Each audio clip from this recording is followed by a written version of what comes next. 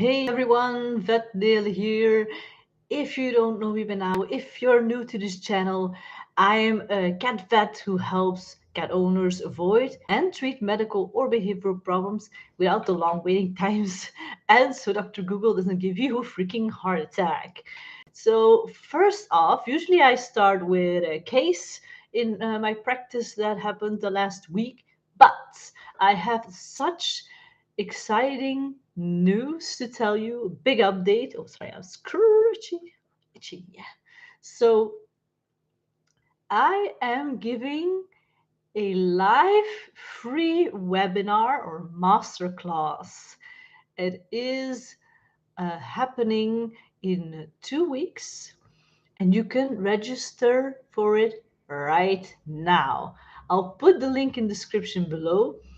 It is vetdeal.com/webinar. And it is about how to cat feng shui your home. And with this, you'll solve or prevent behavioral problems or misbehaviors from your cat, like peeing on the floor instead of the litter bin, like scratching everywhere but the dang big expensive scratching post, or aggression towards you or your other cat, or maybe a dog or another pet, anything like this, you will be amazed how a few little things will change how your cat behaves. You will see that your cat will find that there are more interesting things to do than do the thing that you don't want him to do. Because believe me, you cannot tell a cat he can't do anything without in striking fear in your cat, and that's just something you really don't want.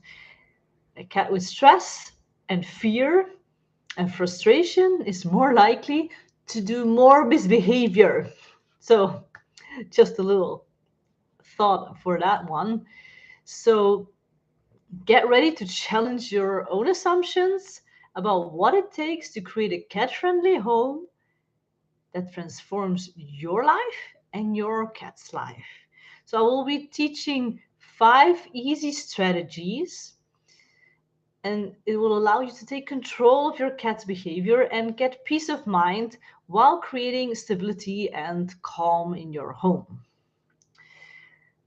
You can use the power of territory to your advantage. Knowledge is power, and you will know exactly how to implement the strategies for any kind of cat by finding out what your cat's personality type is. We'll talk about that in the masterclass as well.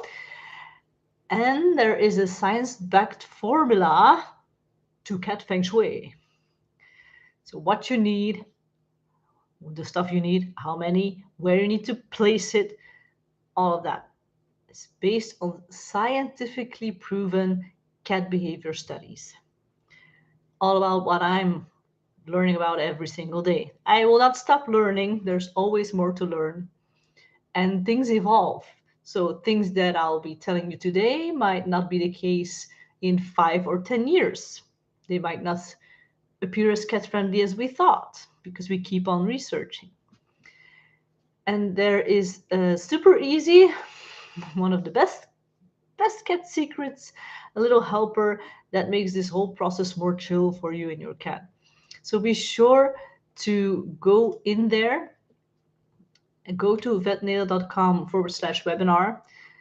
That is vetnele.com/webinar, and go register today. If you're not here live, that's fine. You can still do it. It will be up until the very last webinar, so you have plenty of time. But be sure to get in as quickly as possible because the spots available to attend live, where you will get the most out of this webinar, are limited. You cannot get in live if it's full. So be sure, first come, first serve. Very important. Anyways, Where was I? Keep distracting myself. So on to my first case. This cat is called Minushi, and it's a male cat of 11 years old. Now, this cat was sneezing and having snot from the nose, and it was stuff that was sticky on the floor. We call this productive sneezing. They sneeze and actually something comes out. Eating and drinking was normal, and drinking seemed as much as before. And this was a question I obviously asked because this is a cat over 10 years old. If you've been following me, they very often, like 50 to 75%, get a senior disease like kidney failure, top of the list, hyperthyroidism, or thyroid gland that is working overtime, or diabetes. Yes. Side note, cats can actually go into remission from, say, diabetes if it is well managed, and if you're lucky with your cat. An obese cat will not be as lucky as a cat that is in perfect shape. This cat also had a big lump with a puncture wound in the neck. First, I thought it was a knot from the hair because this was a long-haired cat, but it was not. And this was something apparently that my colleague had seen 25th of July, so quite some time ago. So very likely there was told that if this doesn't go away, you have to come back. They didn't come back for this. They were just like, oh yeah, it was looked at already, and it's still there. And this puncture wound was pretty pussy as well. So my colleague thought it was from fighting with another cat. So a cat bite almost always causes abscesses. So very often you won't notice the abscess until it breaks out, but or it gets too big and it's painful. So an abscess is painful and causes fever. So again, cat behavior will help you here. Your cat will act differently than normal.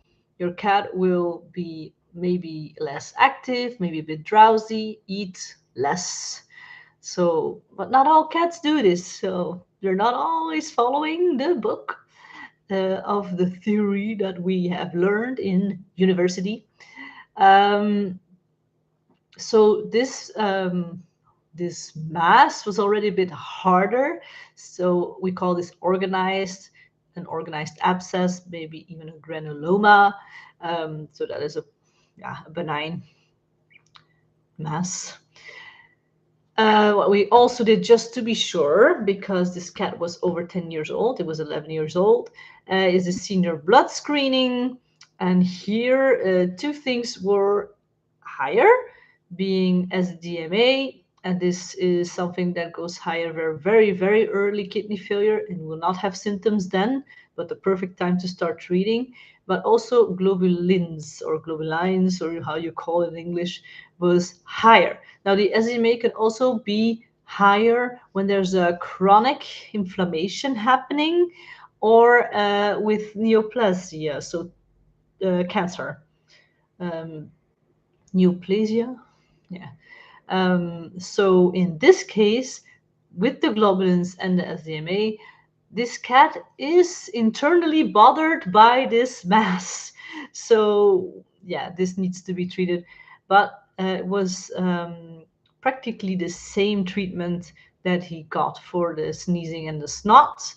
So we're gonna have to see in about 7 days. Should be a lot better after 2 or 3 days, but about 7 days later, it should subside at least a bit or completely.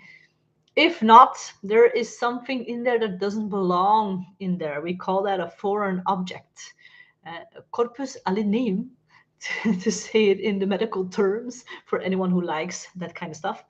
And so actually this is my suspicion already, but this person had some budgetary problems, financial problems. So the blood work already was quite a lot for her. So we wouldn't want to, yeah, we want the best for the cat, but we also have to see if it's possible for the owner. The cat is now in an apartment inside alone, cannot get into any other cats. So this is for sure not something acute, so not something that just happened. This wound has been there for quite some time, and that is what is a bit discerning to me. Now, on the behavioral side, Minushi didn't really want to be examined very much. Um, Not that she was aggressive or anything, not that she didn't want to come out. We usually see this with cats that do want to come out. They're a bit more confident cat. And she just wanted to escape, get away, look around. So the first thing we did was let her do, him, it's a boy, let him do just that. And then every once in a while, when we saw he was at ease, we took him back on the table. We did a little bit of examination. So this is very much a little bit like Urbanus. But with this cat, we needed to take blood. And you know the results, so you know I got the freaking blood, but it was not easy. So for a blood examination like this, I do need quite a bit of blood. So for a cat, it would take ages to let it drip from the paw, front paw. So we take it from the neck. Um, so the cat needs to be lifted up like this by another human from the behind, and we need to take the cat like this. So and the rest of the body keep it together so the cat doesn't flee. Now, you would be surprised how many cats just let us do this. It's sometimes surprising to me as well. I guess it comes with experience and time. I have a very good assistant. My assistant, Sarah, is amazing. She's very good with cats and very good with doggos. Mhm. She has both of them at home as well. And so what Minushi was doing was not attack us, not directly, it was what it was doing with his paw like this while I was trying to take blood. So that's not ideal. So what we did was wrap him into what we call a cat burrito. So we put a blanket on the table, we put the cat on it, and we wrap the blanket like this, so the paws are like this, and they can't move the paws. Still with Benushi, he was able to get the paw out. But at the end, he was staying still. So sometimes they just give up because they understand, like, okay, this is really happening. I'll just let this be done, and then we can move along. So I finally got the blood. It was not an easy vein either with Minushi, because Minushi was reacting by overstretching, and that makes the vein flatter because everything is stretched out, and it makes it flatter than normal. So it was not making it easy for me. Wow, this is an itchy sweater, I must say. I do apologize. So Minushi, right after taking the blood, we let him escape again and let him walk around a bit. And usually, if they're walking around, we let them walk around right up until they have to go home. So we discuss everything at the end, what needs to be given, what needs to be done, the prognosis of this problem. And then he was very happy to get in the cage. Now, the owner mentioned that Minushi was not happy to go in his carrier at home. So this is a very much a missed opportunity. So the first thing I ask when this is the case is, where is the carrier located usually? Is it put away in a garage or the attic? And your cat only sees it when you need to take him somewhere, or mostly, usually to the vet, to me. Or, which is much better, to do, my big advice to you is to put the carrier in the living space of your cat, always at its reach. So it can always see it, it can always get into it and out of it. Now you can leave the door out. So that is step one. Try to make it the most fun place for your cat it can ever be. So make positive associations by putting a treat in there. A treat that he will not get anywhere else. And over time, he will use it as a resting place, a comfy place, a safe place.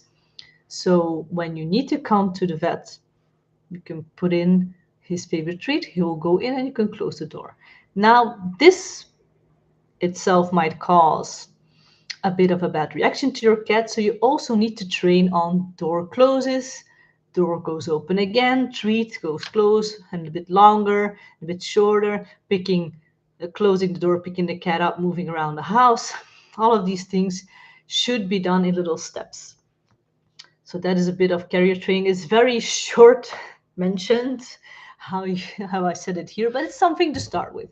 And it will reduce the stress for your cat going to the vet tremendously already. So that's very nice. So again, it was very much dependent on Minushi's personality. And personality is a nice term, but it's actually called a character, because personality means that the cat's behavior wouldn't change from everything that happens in its surroundings, which it does. So we call it a character and not a personality. But it was a nice pun on words, the personality. So I keep using it. But just so you know, I do know it is character and not personality.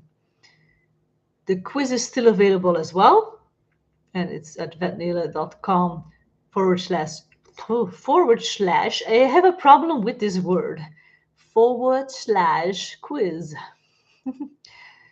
Yes, I see no one is live here today. Too bad. I was really hoping for some connection here, but I guess it will be for next time. So then we have Bellatrix. Bellatrix is total opposite of Minushi, meaning, first of all, it is a very young kitten of 19 weeks old, and Bellatrix came in for sterilization or ovariectomy. Ovariectomia. With cats, we only take out the ovaries because when those are taken out, there is already close to zero possible problems with the with the genital system later on. In Belgium, Flanders, it is by law required that cats are sterilized, neutered or spayed, so also castrated, the males, at the latest at 20 weeks of age. I do prefer it's only at 20 weeks because that's 5 months, but we used to prefer to do it at 6 months, but the politicians didn't listen to the professionals, now did they? Now, in what cases did this happen to? Every single case? The final decisions were made without veterinarians in the room. Perfect. Anyways, frustrations? I think not. So Bellatrix came in for sterilization and a microchip placement. So I do try to do the microchip placement while the cat is under anesthesia, because the needle is pretty darn big, and I already used the slim version, the smaller version, but still for an adult cat, they don't react as much.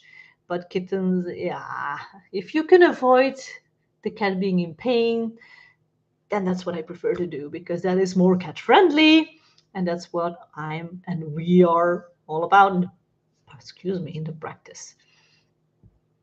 I just ate some brownies. Actually, I gulped them up. Why I have a little yeah, burpee every single time. Hey, excuse myself. So let me know in the comments if you want me to make a video about how anesthesia is done for a cat. If you would like to know that, if you're interested. I'm losing my voice as well. It's been a long day. It is 8 p.m. in the evening for me here, so just to give you a reference of time. So this cat, behavior-wise, was not a kitten to be handled without gloves, is how we call it in Flemish. I don't know what the saying is in English. Can you tell me if there's a saying about this in the comments? Let me know, because I'm very curious. So this cat, we already knew, didn't want to come out of the carrier without a blanket. So that's what we're doing with cats who don't want to come out of the carrier. I made a video about this, how to get your cat out of the carrier at the vets. Go look at that one. It's good. You can help a cat. If you have a cat like this, this helps super well. So cool. It's such a little adjustment to do, and it works. It works like a charm. But for kittens, they're a bit more, yeah, how do you call it? They're a bit less in balance, so they might react one way the first time and another way the other time. So with Bellatrix, she was a bit confused. So she didn't want to come out. We put the blanket in place, and she started hissing. Excuse me.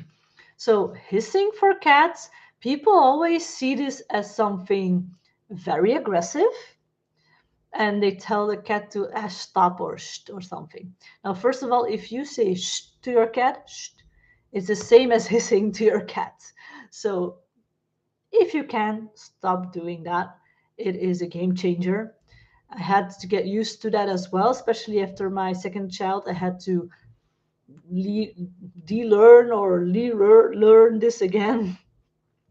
Um, Also, hissing is really not that aggressive. It is the very first thing that your cat will do to just say, I don't like this, stop this. And if we want to have his behavior optimized or changed or stress level as low as possible so no behavioral problems come up, then you need to react to it or respond to it right away, meaning you stop what you're doing right away. So we lifted up the blanket, or at least we gave Bellatrix a much more opening so Bellatrix could choose what she liked. Then we had to sedate Bellatrix, and she was not having it. Not having it at all. She was gonna hurt us. She was gonna hurt herself, especially. She was not really aiming to attack us, but she was definitely gonna hurt herself. So for once, for a domesticated cat, house cat, we took out the pressure cage. This is with a false wall, so we can press the cat in between two walls and then give the sedation, and then it's over right away. She can come out, it's finished. But this is much better than keep on handling and handling and handling the cat, making the stress go up, up, up, up, up until she explodes. Now, the only time we do this every single time with every single cat is with the stray catch and neuter release program. I also made a video about that. There you can see a cage like this in action a few times, and it's called, I did eight neuterings in 100 minutes or something. It's a cool video, I must say. It's more vlog type, so not something you're gonna see often. Another vlog type video on my channel would be the one for the Congress we went to in London, and that's where we learned a bunch more. So I always keep in my mind, yes, I know so much already about cat behavior, but I keep my mind open because I am very sure I don't know everything. And this is such a life changer in any part of your life. Just think, don't think I know this already. Think and listen in a way like, this is gold. What new things can I learn from this? Or maybe there's another way someone tells it, so you understand better than you did before. Or it renews your thoughts like, I forgot about that one. That is perfect. And now the way she said it, or he said it, I understand more how important it is. So Beatrix had a very normal, super easy peasy sterilization. We saw her a week later to check the wound, and she was completely perfect. So that is awesome. But so this is where I'm gonna start wrapping up. But please do not forget to sign up for the webinar, vetnele.com/webinar. I will put the link also below in the description of this video. And again, the spots to join me live are limited. And this is where you will learn the most and get the most benefits out of this webinar. So especially if you have a cat with behavioral problems, like ripping up your furniture, like peeing on the carpet or on the blanket or on the bed instead of in the litter box. If you've tried different litter boxes, different grind, it's not working.